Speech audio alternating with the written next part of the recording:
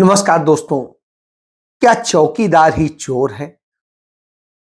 क्या चौकीदार ऐसा करना चाहता है कि आप बर्बादी में फंस जाएं? क्या चौकीदार आपके घर परिवार के अलावा आपके समाज को बर्बाद कर रहा है, देश को बर्बाद कर रहा है? क्या चौकीदार ही बलात्कारियों का संरक्षक है? क्या चौकीदार ही आपका लुटेरा है? इन सब के जब हम सवाल पूछते हैं तो जवाब में आता है हां। ऐसे नहीं आता है, तथ्यों पे आता है कि हां, चौकीदार ही चोर है, डकैत है, बर्बादी का कारक है। क्यों है, इसको समझ लीजिए। पिछले 1 साल में गुजरात में 93,000 किलो 93,000 केजी ड्रग्स पकड़ी गई। और जो ये ड्रग्स पकड़ी गई वो बाहर से आ रही थी। और आ कहां से रही थी? नरेंद्र मोदी के सबसे खास मित्र गौतम अडानी के पोर्ट यानी मुंद्रा पोर्ट से, मुंद्रा पोर्ट के रास्ते से ड्रग तस्करी होकर आ रही थी। और ये ड्रग्स पूरे देश में भेजी जाती है। यह तो 93,000 केजी पकड़ी गई, और जो नहीं पकड़ी गई उसका तो आप नंबर नहीं बता सकते। यानी कितनी चली गई होगी, निकल गई होगी, इसका आप कोई जिक्र नहीं बना। इस देश के युवाओं से लेकर सबके रगों में ड्रग्स भर देने का पूरा धंधा चल रहा है। ऐसे ही धंधा चल रहा है जैसे गुजरात में आप जाएंगे, कहेंगे गुजरात में तो शराबबंदी है, लेकिन साहब जिस जगह आप होंगे उस जगह आप तक शराब पहुंच जाएगी। यह सुविधा है। और यह सुविधा कौन उठा रहा है? नरेंद्र मोदी के लोग। करा कौन रहा है? इसका माफिया कौन है? यह जब आप खोजेंगे तो आप चौंक जाएंगे, क्योंकि तड़ीपार को हर कोई जानता है। छोड़िए इस पर। इसके बाद दावे करते हैं कि हमने ये कर दिया, हमने वो कर दिया। सारी चीजें जब गिनाते हैं तो एक दावा गिनाते हैं कि इस देश के अंदर हमने कितना इंफ्रास्ट्रक्चर डेवलप कर दिया है, कि जो विकसित भारत का सपना दिखाते हैं उसमें 87% काम ठप पड़े हुए। और जो इन्होंने प्रोजेक्ट शुरू करे गवर्नमेंट सेक्टर में ही, उनमें 81% इंफ्रास्ट्रक्चर के प्रोजेक्ट ठप हो गए, बंद हो गए। और प्राइवेट सेक्टर में जो इन्होंने PPP पे शुरू किए वो भी 79% बंद हो गए। यानी विकसित भारत के नाम पर जो ये ड्रामा कर रहे हैं उसमें यह हालत है। जहां पूंजीपतियों को फायदा हुआ वो काम हो गए, शेष सिर्फ घोषणाएं रह गई और लूट आपसे हो रही है। कहा जाता है कि रिकॉर्ड GST हमने जमा कर लिया इस तिमाही में। बहुत अच्छी बात है। जो रिकॉर्ड GST वसूला गया वो किससे वसूला गया? हमसे, आपसे। हम जब भी कोई सामान लेने जाते हैं उसमें GST पड़ जाता है। तो हमें लूटने का धंधा चलाया गया और इस लूट का पैसा अपने फायदे में लगाया जाता है, अपने चुनाव के लिए लगाया जाता है, और न जाने कहां कहां लगाया जाता है।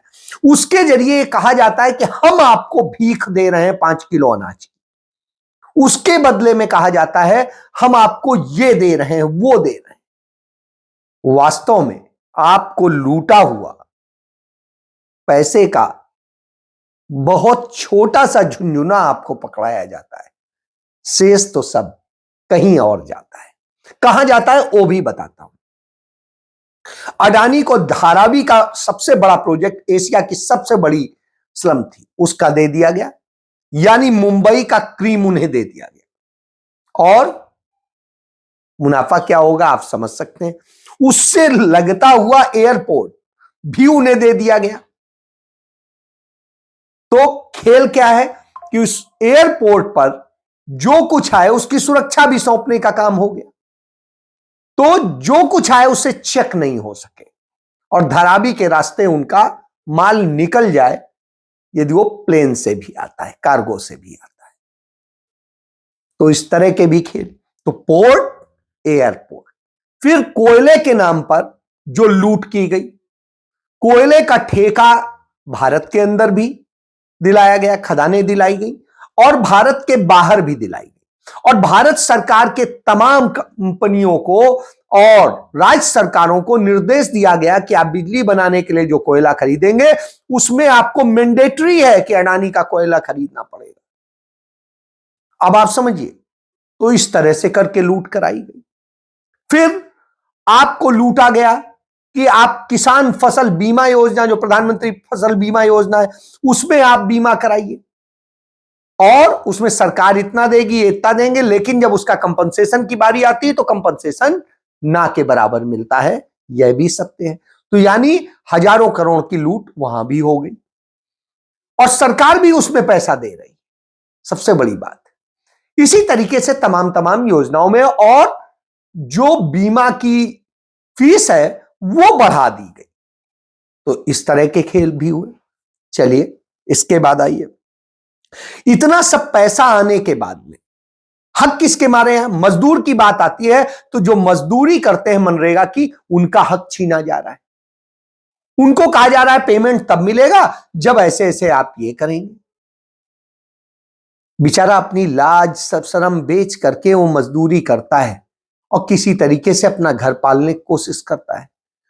पहली बात, जो आपको 100 दिन मैंडेटरी था आपको रोजगार देना है, वो भी आपने नहीं दिया और स्थिति ये हो गई 27 दिन पे सिमट गया है।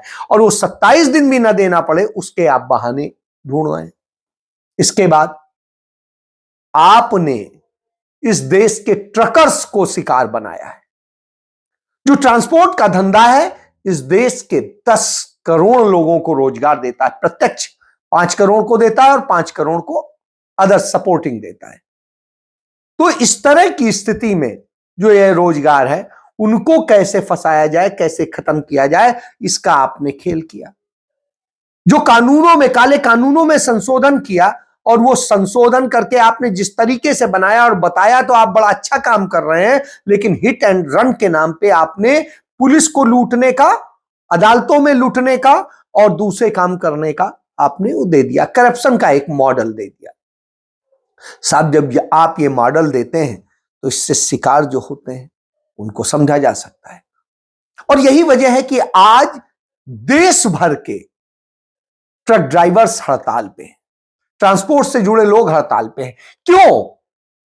क्योंकि ये 10 साल की सजा और लाखों रुपए का जुर्माना वो कहां से देंगे? चंद रुपए की ड्राइवर नौकरी करता है, ड्राइवर तो नहीं करेगा क्योंकि वो जानबूझ के नहीं करता है। आपने रोड ऐसी नहीं बनाई, रोड नेटवर्क जैसा बनाना चाहिए था। इंफ्रास्ट्रक्चर के नाम पे आपने जो किया, घोषणाएं की, वो किया नहीं, और जो किया वो सिर्फ टोल रोड किया। सबसे ज्यादा टैक्स देता है वो, इस देश के रेवेन्यू में सबसे बड़ा हिस्सेदार है, टोल टैक्स देता है। और इन सब के बाद में उसे ही आप खत्म करने पे लग गए। क्यों? क्योंकि आपको यह धंधा भी कारपोरेट के माध्यम से अपने अडानी अंबानी को सौंपना है, उसके लिए आपने किया। उसका एक बीमा का भी आपने ड्रामा शुरू किया है और उसके लिए अंबानी आगे आ रहे हैं और अंबानी को उसका भी ठेका देने का। तो ये आपका मोटिव है। तो इस तरह से करके आप बेसिकली लोगों को फंसाने और बर्बाद करने का काम करते हैं। आप बलात्कारी तैयार करते हैं। उदाहरण दे देता हूं, आईआईटी बीएचयू में उस बेटी के साथ में, जो वहां की छात्रा थी, उसके साथ में गैंग रेप करने वाले जाते हैं, घर में फिल्म देखते हैं, खाना खाते हैं और उसके बाद में अगले दिन नरेंद्र मोदी के संसदीय कार्यालय में जाकर के बैठते हैं और 3 दिनों तक वहीं पर काम करते हैं, लगातार करते हैं, बनारस में घूमते हैं। और अपने घर पे रहते हैं, उन्हें गिरफ्तार नहीं किया जाता है। इस चीज का जबकि खुलासा कांग्रेस के प्रदेश अध्यक्ष अजय राय पहले कर चुके थे। उल्टा उनके खिलाफ एफआईआर दर्ज कर ली जाती है कि वो पार्टी को बदनाम कर रहे हैं, उसको संगठन को बदनाम कर रहे हैं। तो यह स्थिति है। और जब अब उसके बाद वो चुनाव प्रचार में भेज दिए जाते हैं, उनकी ड्यूटी लगा दी जाती है कि जाइए मध्य प्रदेश में चुनाव जितवाइए, वहां पे क्या किया होगा पता नहीं। और उसके बाद में अब जब पकड़े गए, और वो भी पकड़े तब गए जब सीसीटीवी फुटेज में और वहां के चुनाव की जो फोटो आई तो उससे वो लड़की पहचान गई। और अजय राय ने पहले ये बात कही थी, उन्होंने सीसीटीवी फुटेज के ही आधार पर कही थी। उस फुटेज को यहां की पुलिस ने छिपा रखा था, वो बचाने का खेल। नरेंद्र मोदी के दोस्त राजीव मोदी जो गुजरात में है, उन्होंने एक लड़की से रेप किया और रेप के मामले में वहां की पुलिस एफआईआर नहीं दर्ज कर रही थी। मजबूरन उस लड़की को हाईकोर्ट से शरण लेनी पड़ी और हाईकोर्ट के ऑर्डर पर एफआईआर दर्ज हुई। तो अब उस पर लीपापोती करने का काम चल रहा है। और मुझे शर्म आती है इस देश के मीडिया पर कि इस देश के तमाम अखबारों में वो खबर गायब है। क्यों? क्योंकि वो नरेंद्र मोदी का दोस्त है, पूंजीपति है, कारपोरेट है, कैंडिला कंपनी, फार्मा कंपनी का मालिक। आप इससे समझ सकते हैं। तो इस तरह के खेल होते हैं। इन्हीं सब चीजों को लेकर यदि आप बात करेंगे तो नशा आप बिकवाएंगे, सड़कें आप बेचेंगे, सड़कें सही आप नहीं बनवाएंगे, उसका इंफ्रा सही होगा नहीं, सुविधाएं देंगे नहीं और छीनेंगे। इसी बात को लेकर राहुल गांधी ने कहा कि आप तो लोकतंत्र के हत्यारे हैं। लोकतंत्र के मंदिर से जब आपने 150 सांसद निकाल दिए और उनके बिना आपने सदन चलाया, मनमानी कानून पास किए और काले कानूनों का एक भंडार बना दिया। हमारे यहां नियम है कि जिसके लिए कानून बनाए जाते हैं उनकी राय ली जाती है, लेकिन आपने किसी की राय मशविरा करने की जरूरत नहीं समझी, स्टेक होल्डर्स से भी नहीं समझी और विपक्षी दलों से तो आपको बैर है। आप विपक्ष मुक्त भारत चाहते हैं, तो आप किसका फायदा करना चाहते हैं? आप अदानी के लिए काम करते हैं, आप पीआर के लिए सिर्फ काम करते हैं, अधिक से अधिक कैसे अपना जो है ब्रांडिंग करें, और आप जुमलेबाजी करते हैं। तो जुमलेबाजी के आप सरदार हैं और जब झूठ बोलते हैं तो समझ में आता है। इसीलिए आज कांग्रेसियों ने प्रधानमंत्री के जो संसदीय कार्यालय है, उस कार्यालय में नरेंद्र मोदी के कार्यालय का घेराव करने का फैसला किया। और जब घेराव करने का फैसला किया और कहा इंसाफ मिलना चाहिए, बनारस में गंगा गंदी है, नाला बना दिया है आपने। वही गंगा है जिन्हें आपने कहा था कि गंगा मां ने मुझे बुलाया है, उसमें सारे नाले बहते हुए जा रहे हैं, बीभत्स स्थिति है। इसके बावजूद आप कर क्या रहे? उसका ठेका अडानी को देंगे। तो यानी गंगा सफाई भी अडानी करेगा, पोर्ट भी चलाएगा, रेल भी चलाएगा, एयरपोर्ट भी चलाएगा और सारे जो है तमाम चीजों की सप्लाई भी करेगा, तमाम कॉलोनियां भी बनाएगा, तो सब कुछ करेगा। और वहां टनल भी बनाए, दूर फंस जाएंगे। और बलात्कारियों को आप संरक्षण वैसे ही देते हैं, आपकी पार्टी बलात्कारियों की संरक्षक पार्टी बन चुकी है। तो इस तरह से करके ना आपके राज्य में लड़कियां सुरक्षित, ना आपके राज्य में युवा सुरक्षित, उनके भविष्य बर्बाद हो रहे हैं, रोजगार मिल नहीं रहा है, बेरोजगारियों की फौज खड़ी हो गई है, भुखमरी में आपने ढकेल दिया है, किसान बर्बाद कर दिया है, मजदूर बर्बाद कर दिया है, अब ड्राइवर बर्बाद कर रहे हैं, दूसरे और कर रहे हैं, और सबको लाइन में लगा देंगे। कभी यूरिया के लिए लाइन में लगो, कभी नोट बदलने के लिए लाइन में लगो, कभी नोट लेने के लिए लाइन में लगो, कभी जीएसटी के लिए लगो, कभी किसी और चीज के लिए लगो, और अब आप पेट्रोल डीजल के लिए लाइन में लगिए। तो करंट सिचुएशन बताते हैं हम आपको 2 व्हीलर और 4 व्हीलर की हालत में। यहाँ पे सब लाइन पे लगे हुए हैं ताकि उनको डीजल और पेट्रोल मिल पाए। 2 व्हीलर की हालत बहुत, बट ऐसा मुमकिन नहीं है। हर जगह से डीजल पेट्रोल की खत्म हो रही है। तो इधर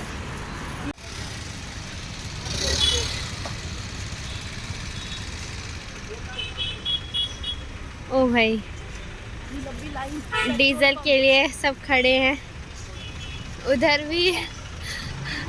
क्योंकि ट्रक ड्राइवर्स ने तो लाना सब बंद कर दिया है, ट्रक खड़े कर दिए हैं, तो टैंकर भी नहीं चल रहे हैं।